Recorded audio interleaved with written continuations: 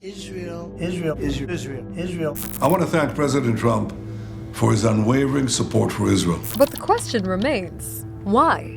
Why does the U.S. continue to support Tel Aviv, even after Israel has killed and continues to kill thousands of Palestinians in its genocidal war on Gaza?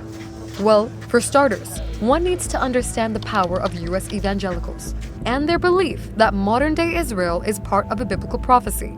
I say as a Christian, it should be mandated to go to Israel before you get to heaven. There are around 70 million evangelical Christians in the U.S., and many of them believe that the return of Jesus depends on the survival and expansion of Israel. But what sets evangelicals apart isn't just their ideology, it's also their voting power. For decades, evangelicals have overwhelmingly backed Republican candidates: Reagan, Bush Sr. and Jr., Ford, and now Trump. In 2016, U.S. President Donald Trump won 80% of the evangelical vote. In 2024, that number climbed to 82%. By contrast, the rest of the country voted for Democrats by double-digit margins.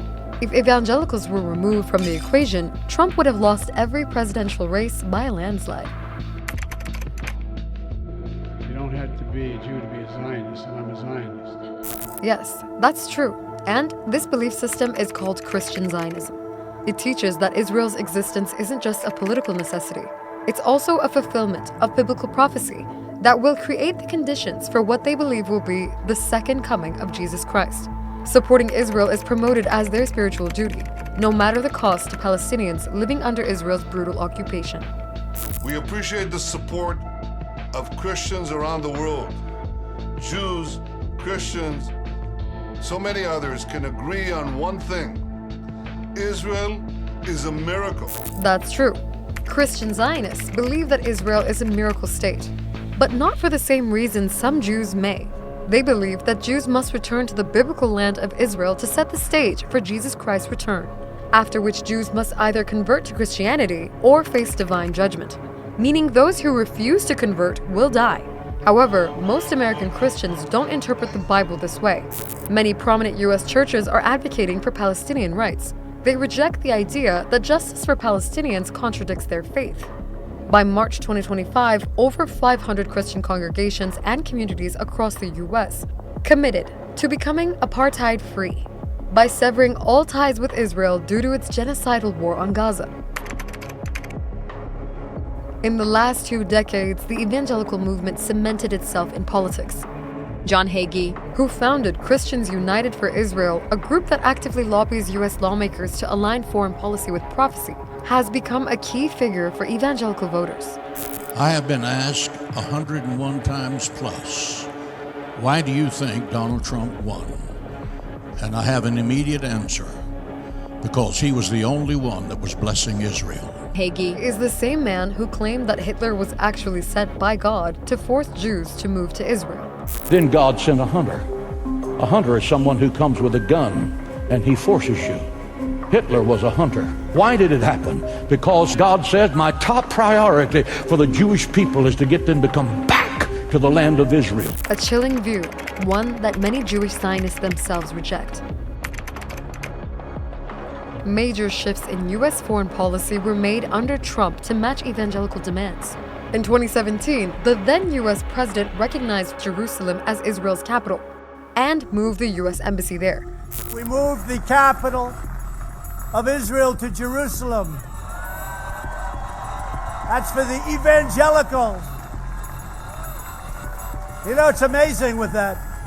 The evangelicals are more excited about that than Jewish people. It's really, right? It's incredible. In 2019, he recognized Israeli sovereignty over the occupied Golan Heights region of Syria. Both were seen as religious milestones by evangelical leaders. Some evangelical pastors even compared Trump to the biblical King Cyrus, a non-believer who helped restore Jerusalem. They said, who's more famous? I said, Jesus Christ. Trump's inner circle is highly influenced by evangelical beliefs. Trump's ambassador to Israel, Mike Huckabee, a Christian minister and outspoken Zionist, favors Israel's illegal annexation of the occupied West Bank and even denied the existence or illegal settlements and the occupation. There is no such thing as a West Bank. It's Judea and Samaria. There's no such thing as a settlement. They're communities, they're neighborhoods, they're cities. There's no such thing as an occupation. But for Christian Palestinians, the message is clear. We know, as the first Christians, as the Christians of Palestine, that no one who sends bombs, no one who sends weapons to kill families in tents in Palestine is a true Christian. So what is this movement all about? A spiritual calling? Or is it actually a political machine powered by misinterpreted, manipulated, and weaponized biblical verses? As Gaza burns, evangelical leaders are lobbying for more to be done for Israel. To them, this isn't about geopolitics. It's about God's will.